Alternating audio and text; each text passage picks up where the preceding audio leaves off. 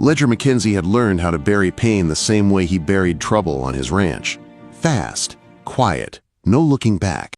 Folks in Carbon County called him the richest cowboy for a reason. He owned more land than most men could ride in a day, and he ran his life like a ledger book. Every dollar counted. Every fence line checked. Every feeling locked away. That Sunday afternoon, the church bells of Sweetwater were still fading behind him when he stepped onto the dusty main street with his son. The Wyoming sun burned high and white, turning the air into heat you could almost taste. Ledger's black vest sat sharp against his clean shirt. His hat was set straight, like everything else in his life. He nodded once to Reverend Patrick at the church door. The preacher nodded back. No long talk, no warm jokes. Ledger's mind was already on cattle prices in Cheyenne and the north pasture fence that needed mending before snow came. These were problems a man could fix. These were problems that stayed in line if you stayed hard. Beside him, Weston walked with careful steps. 7 years old, small for his age, brown hair that would not stay flat no matter how much water Ledger smoothed into it. The boy held a carved wooden horse and turned it in his hand like it was a worry stone. "Stay close," Ledger said, not looking down. "Yes, sir," Weston answered. Sweetwater was not a big town. 300 souls on a good Sunday. The buildings sat along Main Street like tired men, some painted, most weathered gray. The livery smelled of hay and manure. The blacksmith's hammer rang against iron even on the Sabbath, steady as a heartbeat. Women in church dresses stood near the baker's shop, talking soft and quick. Ledger heard them like he heard wind. Background noise. They passed the McCoy General Store. Old Harold sat on the porch whittling, his knife flashing in the sun. He lifted the blade in greeting.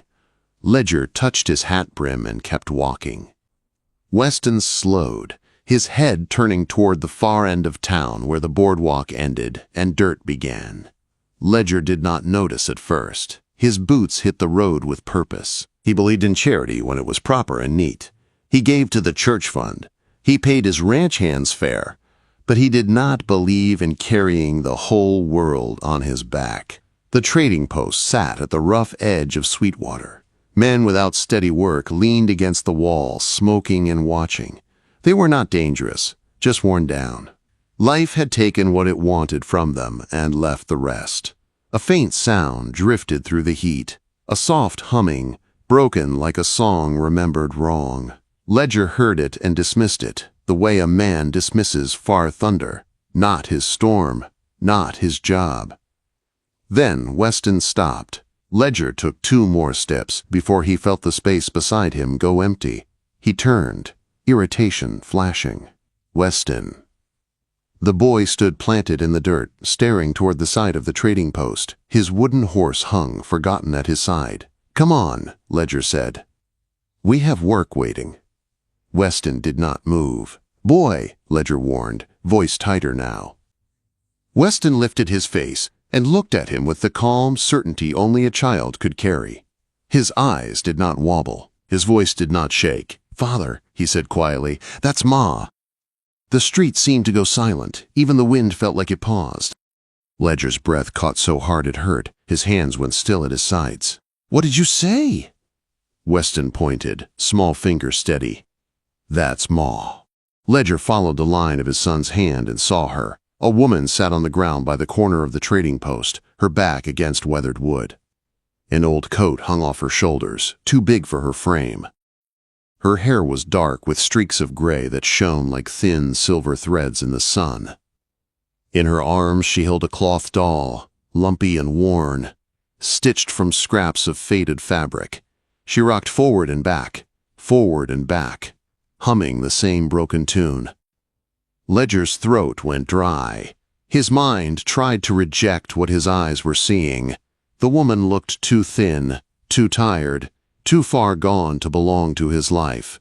His wife had been strong, warm, alive. His wife had been gone.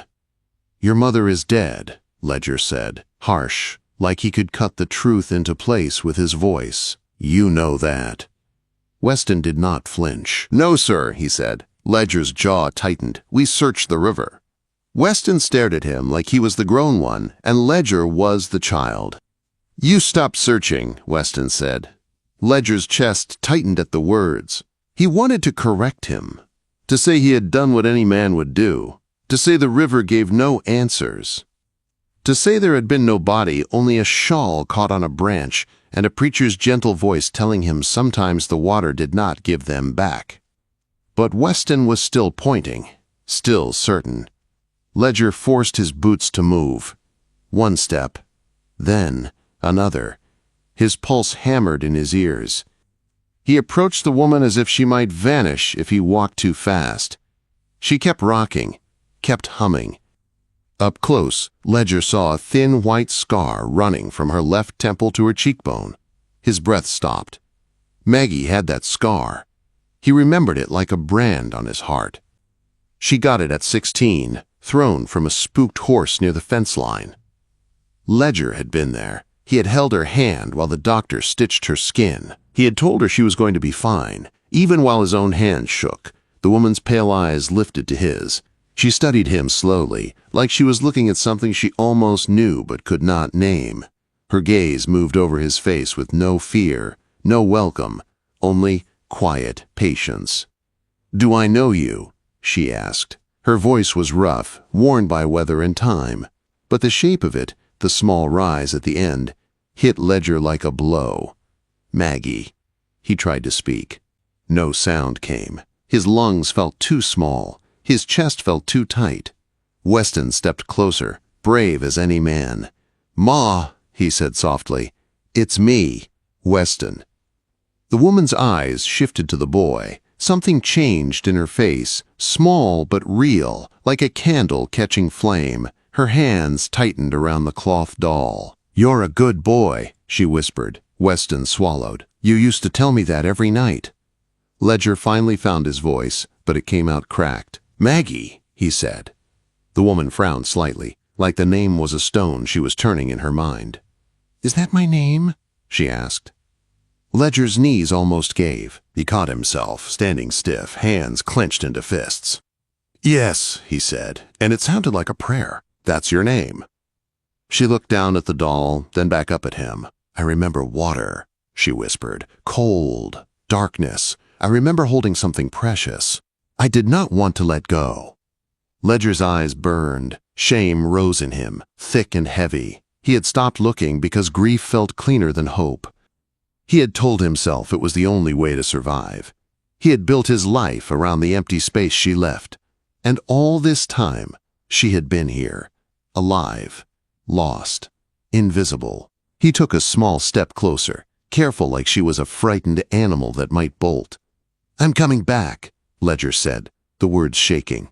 "Tomorrow morning. I'll bring food. We'll talk. We'll figure this out." She blinked at him like the promise was too big to hold. "You don't have to," she said, voice flat, not unkind. Ledger shook his head once, slow. "Yes," he said, "I do." Quote. Weston slipped his small hand into Ledger's, gripping tight, like he was holding his father in place so he could not run from what was true. Ledger turned toward the road home, but his eyes stayed on Maggie until the last second. She had already started humming again, rocking the doll like it was the only thing keeping her steady. And as Ledger walked away, one terrible thought followed him like a shadow. What if coming back tomorrow was already too late? Ledger did not sleep that night. He lay in the dark and listened to the house settle, creak by creak, like it was trying to speak to him. Every time he closed his eyes, he saw Maggie on the ground by the trading post, rocking a cloth doll like it was the last piece of her mind she could still hold. He had trained himself for years to accept her as gone. Now that she was alive, the old grief did not leave. It just changed shape. It became shame. Before sunrise, Ledger was already in the kitchen. The fire popped and snapped while he cooked potatoes, onions, and chopped beef, the way Maggie used to make when the days were long and work was heavy. He wrapped the food in a clean cloth and tied it tight. He added a blanket, a canteen, and a small sack of apples. He did not know what he was doing, only that he had to keep moving or he might fall apart. Weston appeared in the doorway, fully dressed, boots on, face serious. He did not ask if they were going. He only said, "I'm coming." Ledger wanted to tell him to stay home. He wanted to protect him from more pain. But Weston had already done something Ledger could not do on his own. The boy had stopped the world with one small sentence. Ledger simply nodded and lifted him onto the horse. They rode toward Sweetwater through the pale morning, the sky slowly changing from gray to blue. The land smelled of sage and cold dew. Weston leaned back against Ledger's chest, quiet but steady, like he was holding the whole plan together just by being there. When they reached the edge of town, Sweetwater was still waking up. Smoke rose from chimneys. A dog barked once and then went quiet. The trading post was closed, windows dark. Ledger's stomach knotted as they turned the corner. Maggie was in the same spot. She sat with her back against the wood, coat wrapped around her like armor. The cloth doll was pressed to her chest. She was awake this time, her pale eyes tracking them as they approached. Her face had the same calm emptiness Ledger had seen yesterday, but there was something else behind it, like a person standing in a doorway, unsure if they should come out. Ledger dismounted slowly. His legs felt stiff, not from the ride but from fear. He walked toward her with the bundle in his hands. Maggie watched him like she was studying a stranger who had come too close. "You came back," she said. "I told you I would," Ledger answered. She blinked. "Why?" Ledger lowered himself to the ground a few feet away, careful not to crowd her. Kneeling in the dirt felt like the only honest thing he could do. "Because you should not be out here," he said. "Because you should not be alone." Quote. Maggie's fingers tightened around the doll. "I'm used to it." Weston stepped forward, slow and respectful, like he was approaching a skittish horse. He held out one apple. "I brought you this, Ma," he said. Maggie stared at the apple. Then she took it with both hands, like it was something fragile. "Thank you," she whispered. Ledger set the food down beside her. The smell rose between them, warm and familiar. Maggie's eyes softened, just a little. She took a bite, chewed slowly, and her gaze went distant, as if taste could pull a memory loose. "I know this," she said quietly. "You made it," Ledger told her. "You used to make it for us." Her jaw worked harder as she chewed. Her rocking slowed. For a moment her face looked less like a lost woman and more like someone trying to find her way back through fog. A door creaked behind them. Carol, the shopkeeper's wife, stepped out of the trading post with her apron on and her hair pinned back. She froze when she saw Ledger kneeling in the dirt. "Mr. McKenzie," she said, voice careful. Ledger looked up. "Morning." Quote. Carol's eyes moved to Maggie, then to Weston. Her hand went to her mouth like she was holding in words that wanted to spill. "I've been bringing her food," Carol said quietly. "Since last year. She never caused trouble. She just sits. She just hums." Ledger's throat tightened. "Thank you." Carol nodded once, almost sharp. "Don't thank me like it fixes it. You take her somewhere warm." Ledger nodded, again, slower. "That's why I'm here." Maggie's eyes flicked toward Carol, then away, like the kindness embarrassed her. Weston sat down in the dirt beside Maggie without asking permission. He did not touch her. He simply stayed close. "Do you remember me?" he asked. Maggie stared at him for a long time. Her voice came out soft. "I remember your eyes." Weston swallowed hard. "You used to kiss my forehead before bed." Maggie's hand trembled. She raised it halfway, then stopped, like the motion scared her. Ledger watched her and felt helpless. He had been good at fixing fences and balancing books. He had never learned how to fix what the river had done to her mind. "Maggie," he said gently, "we should take you to the doctor." At the word doctor, Maggie's body went stiff. Her rocking sped up again. "No," she said fast. "No questions." Ledger kept his voice calm. "Just a check. Just to make sure you're healthy." Maggie's breathing turned shallow. Her eyes went far away, and her fingers dug into the doll like claws. "Water," she whispered. "Cold water." Weston leaned closer. "Look at me, Ma," he said. "Look at me." Maggie's gaze snapped back to him, shaking. Weston held his wooden horse out. the same one he carried everywhere. "This is mine," he said. "You gave me a story about a horse like this. You said he was brave even when he was scared." Maggie's eyes fixed on the toy. Something in her face shifted again, like a lock turning. "I did," she whispered. "I did, didn't I?" "Yes," Weston said. "And I'm brave, too." Maggie let out a broken sound that almost became a laugh and almost became a sob. Her shoulders sagged. Ledger took a careful breath. "We'll do this slow," he promised. "No crowd. No big talk. Just you, me, Weston, and the doctor. Then home." Maggie looked down at the dirt. "I don't know home." Ledger's voice cracked. "I do." He stood and held out his hand, not grabbing, not pulling, just offering. Maggie stared at his hand like it belonged to a stranger. Then her eyes moved to Weston. Weston nodded. "It's okay," he said. Maggie's fingers finally lifted and rested in Ledger's palm. Her hand was cold and rough. Ledger closed his fingers around it like he was afraid the world might steal her again. As Ledger helped her to her feet, a voice drifted from the boardwalk behind them. "Well, I'll be damned," a man said, loud enough for everyone to hear. "Looks like McKenzie found himself a street ghost." Another man laughed. "Maybe she'll start asking for money, too." Ledger turned slowly. Two men stood near the general store, watching like this was entertainment. Ledger recognized one of them, a rancher who had lost bids to him more than once. The kind of man who hated Ledger's money and loved gossip. Maggie flinched at the laughter. Her grip on Ledger's hand tightened. Ledger's face went hard. "She's not a ghost," Ledger said. "She's my wife." The men stared. One of them scoffed. "Your wife died 3 years ago." Ledger stepped forward, voice low. "You ever talk about her like that again, you'll learn how real she is when I put you in the dirt." The air turned sharp. Even Carol went still. Weston stood beside Maggie like a guard, small body straight, eyes locked on those men with a look too old for 7 years. The rancher lifted both hands, acting innocent. "Just talk, McKenzie." Ledger did not answer. He simply turned away and focused on Maggie. "Can you ride?" he asked. Maggie nodded once, unsure. Ledger lifted Weston onto his own horse first. Then he helped Maggie up, steadying her by the waist. Her body trembled, but she stayed on. The cloth doll was tucked against her chest, like she could not let it go. They rode toward the doctor's office at the far end of Main Street. People stepped out of doorways, faces curious, whispers starting like a small fire in dry grass. Reverend Patrick appeared near the church steps, eyes wide. When Ledger passed, the preacher murmured, "Thank God." Ledger did not know if it was thanks or warning. The doctor's office smelled of alcohol and herbs.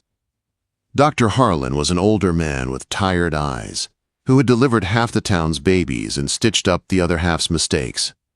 He stared when Ledger brought Maggie in. "Ledger," the doctor said slowly, "who is this?" Quote. Ledger swallowed. "My wife." Maggie flinched at the word wife, like it carried weight she could not hold. Dr. Harlan stepped closer, gentle. "Ma'am, do you know your name?" Maggie opened her mouth, then looked at Weston. Weston said softly, "Maggie." Maggie repeated it like she was tasting it. "Maggie."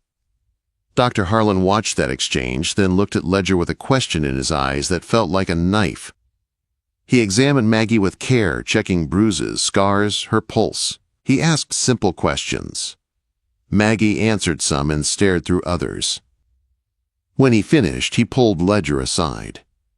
"She's alive," the doctor said. "That's the miracle. But her mind has been hurt. Trauma can do that. Cold water, head injury, starvation, fear. It can take years to heal, and she may never remember everything." Ledger felt his chest tighten. "Can I take her home?" Quote. Dr. Harlan's eyes hardened. "You should have taken her home a long time ago, if you ask me. But yes, warmth, food, safety, no shouting, no crowds. No pushing her for answers she can't give." Ledger nodded, jaw tight. "I can do that." The doctor hesitated. "Ledger, you need to understand something else. Once word spreads, people will come. Curious folks. Mean folks. Folks who want something from you. And if anyone claims she isn't fit, they might try to put her somewhere she can't leave." Ledger's stomach dropped. Like an asylum. Dr. Harlan gave a grim nod. It happens. Ledger looked through the window at Maggie sitting on the bench with Weston beside her. Weston was telling her something, and Maggie was watching him like he was the only solid thing in the world. Ledger felt something settle in him, heavy and clear. Nobody was taking her away again. He stepped outside, mounted up, and guided the horses onto the road back to the ranch. Maggie sat stiff in the saddle in front of him, and Weston rode close on the other side, watching her every breath. For the first mile, Maggie said nothing. Then, very softly, she spoke. "I remember a chair by a window," she whispered. "Sunlight on a floor, a quilt." Ledger's throat burned. "That's our house," he said. Maggie's hand trembled as she held the doll. "What if I get there and I still don't remember you?" Ledger tightened his arm around her, steady but gentle. "Then I'll earn you again," he said. Maggie turned her head slightly, like she was trying to see his face without looking directly at it. Behind them, Sweetwater shrank into the distance. Ahead, the valley opened wide. And in the far distance, dark clouds were gathering over the hills, rolling toward them, slow and heavy, like trouble that had been waiting its turn. The clouds rolled over the hills like a dark herd, moving fast. Ledger kept the horses at a steady pace, but his mind ran ahead. He could feel the town behind him like eyes on his back. Maggie sat stiff in the saddle, her hands tight around the cloth doll. Weston rode close, watching her like he could keep her safe just by staying near. When the ranch finally came into view, the sky was already dimming. The wind picked up and pushed dust across the road. Maggie lifted her face toward the valley, and something in her eyes softened, as if the land itself was speaking a language she almost understood. "That's home," Ledger said quietly. Maggie's throat moved when she swallowed. "It feels familiar," she whispered, "like a song I almost know." They rode into the yard. Ranch hands stopped their work and stared like they were seeing a spirit walk. Ray came out of the barn with his hat in his hands, his face open with shock. "Boss," Ray said, voice low. Ledger's jaw clenched. "No talk, no crowd, give her space." Ray nodded at once and waved the hands away. They scattered fast. Even men who feared nothing knew when a man's voice carried a warning. Maggie slid down from the horse with Ledger's help. Her legs trembled like she had forgotten how to stand on steady ground. Weston reached for her hand, and Maggie held it without thinking, like the habit lived deeper than memory. The house stood quiet, white boards and porch rails, familiar to Ledger in every line. To Maggie, it looked like a dream that had not decided if it was real. She stepped onto the porch and stopped in the doorway, staring into the front room. The air smelled like wood smoke and soap and old life. "I remember this light," she said softly. Ledger stood behind her, careful not to push, not to crowd her. "You can take as long as you need."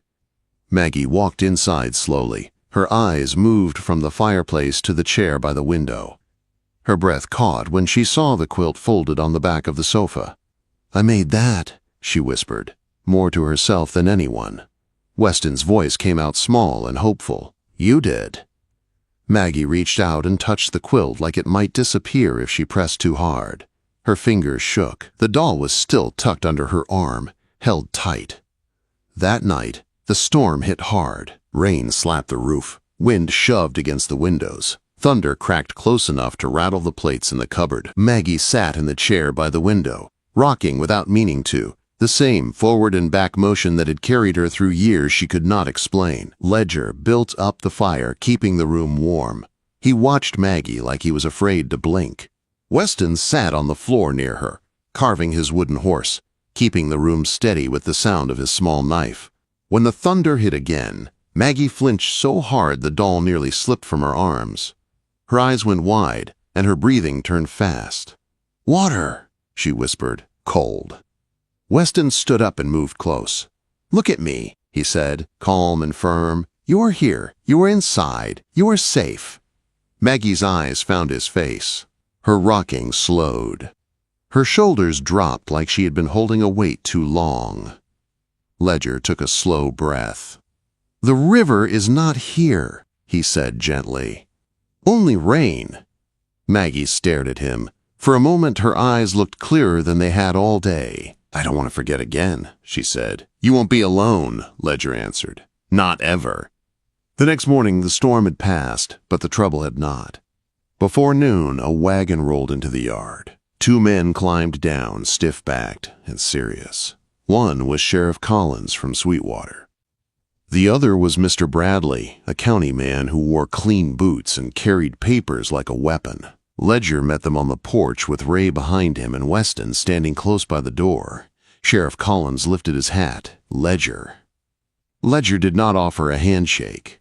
What is this? Quote, Mr. Bradley cleared his throat and held up the papers. We've had concerns reported. A woman with a damaged mind has been brought to this ranch.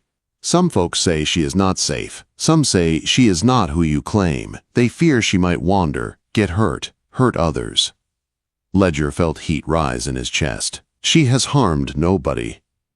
Bradley's mouth tightened. The county has options, a proper place, a facility where she can be watched. Weston's face went pale. He stepped forward. You are not taking her. Quote, Bradley looked down at the boy like he was an insect that had spoken. This is grown business. Ledger's voice turned cold. You will speak to my son with respect or you will leave. Sheriff Collins shifted, uncomfortable. Ledger, folks are talking, that's all. People fear what they don't understand. Ledger leaned forward slightly. Then they can learn. Bradley tapped the papers. We need proof she is your wife. Ledger's jaw clenched so hard his teeth ached. Proof, he repeated. Maggie stepped into the doorway behind them. She had washed and changed, hair brushed, dressed simple and clean. Still, her eyes were wary. She held the cloth doll close, like it anchored her. Sheriff Collins saw her and went quiet. Mr. Bradley's gaze sharpened.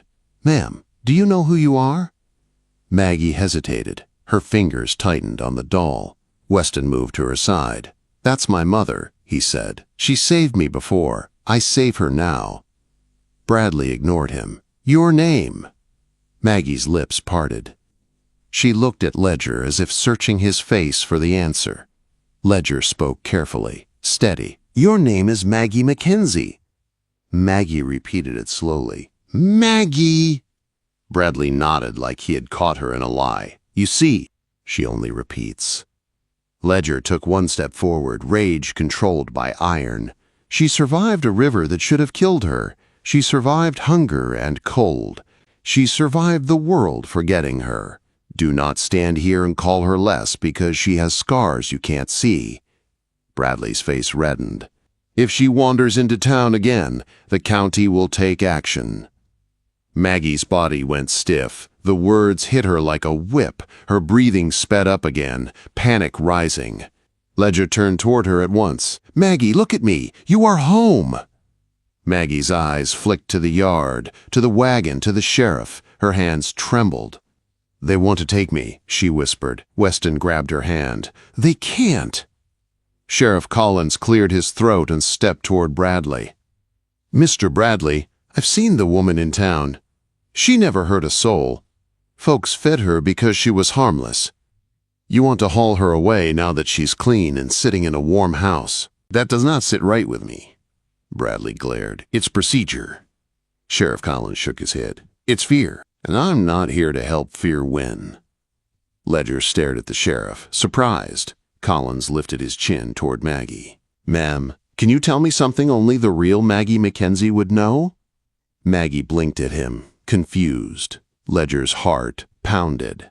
He did not know what would come out of her mouth. He did not know if she would freeze and go blank. He did not know if today was the day the world took her again. Maggie's gaze drifted past them, toward the barn. A black stallion stepped out into the sunlight, ears forward, watching. He walked straight to the porch like he had done it 1,000 times. Maggie's face changed. Not fear, not confusion, something warmer. Her hand lifted without thought, fingers reaching. Cole, she whispered. Ledger felt his chest break open. The stallion pressed his nose into her palm and stood still, calm as a prayer. Maggie's eyes filled with tears. He used to steal apples, she said softly. He would nudge the pantry door with his head when I wasn't watching. Ledger blamed the mice. Ray let out a sound that was half laugh and half shock. That's true. Ledger swallowed hard. It's true. Maggie's voice grew steadier, like the memory pulled her up onto solid ground. And the scar, she said, touching her temple. I fell off a horse. I cried, like a baby. Ledger pretended he wasn't scared, but his hands shook when he held mine. Ledger could not breathe for a second. Sheriff Collins turned his head toward Bradley. That sound like a stranger to you? Bradley's lips pressed tight. His eyes flicked to Ledger's hard face, to Ray's witness, to the stallion standing like a guard. Bradley folded his papers with stiff hands. Fine, he said sharply. Keep her, but if there is trouble, it will come back on you. Ledger stepped down off the porch, close enough that Bradley could see the promise in his eyes. If there is trouble, Ledger said quietly, it will come from men like you. Bradley climbed into the wagon without another word. Sheriff Collins lingered a moment longer. He looked at Maggie with something like regret. Sweetwater should have done better by you, he said. Maggie stared at him, then nodded once. Not angry, not forgiving, just accepting. When the wagon rolled away, the yard went quiet again. Wind moved through the grass. Cole snorted softly and turned his head toward Maggie like he was waiting for her next word. Ledger looked at Maggie. Are you all right? Maggie's shoulders shook once, then steadied. I'm here, she said. I'm still here. That afternoon, Ledger did something he had not done in 3 years. He rode into Sweetwater with Maggie beside him and Weston between them. Not to hide her. Not to keep her out of sight. He rode into town to show the world that the woman on the corner was no longer invisible. People stepped out of doorways. Carol pressed a hand to her mouth, tears in her eyes. Reverend Patrick stood on the church steps, eyes shining. Maggie looked around like the town was a room full of strangers she had once known. Some faces softened, some turned away. Maggie did not beg. She did not lower her eyes. Weston kept his small hand in hers, and Ledger kept his arms steady at her back. At the trading post corner, Maggie stopped. She stared at the dirt where she had rocked and hummed through the long, empty days. I thought this was all I had, she whispered. Ledger's voice came low. I'm sorry I left you here. Maggie looked up at him. Her eyes were clear in a way they had not been when he first saw her. You didn't know, she said, and the words carried a weight that surprised him. But you do now, so now you will choose different. Ledger nodded once. Every day. Maggie's fingers tightened around the cloth doll. She looked at it like it was both comfort and pain. Then she took a slow breath and held it out to Weston. Weston blinked. For me? Maggie nodded. I held it when I could not remember your face. I don't want it to be my anchor anymore. I want you to keep it so I remember I came back. Weston took it carefully like it was made of glass. I will, he promised. Maggie turned to Ledger. Let's go home. Quote, when they rode out of Sweetwater, the sun was dropping toward the hills, painting the valley gold. Maggie sat taller in the saddle. Weston rode close, holding the doll against his chest like a treasure. Ledger glanced down at his son. You saved her! Weston shook his head. No, sir. I just made you stop. Ledger swallowed hard. The road stretched ahead, familiar beneath hoofbeats. The ranch came into view in the distance, the house standing like a promise that had finally been kept. Ledger reached for Maggie's hand in the saddle. She let him take it. Her fingers were still rough, still scarred by years the world had stolen, but they were warm. And for the first time in a long time, Ledger McKenzie felt something he had once been too afraid to hold. Hope.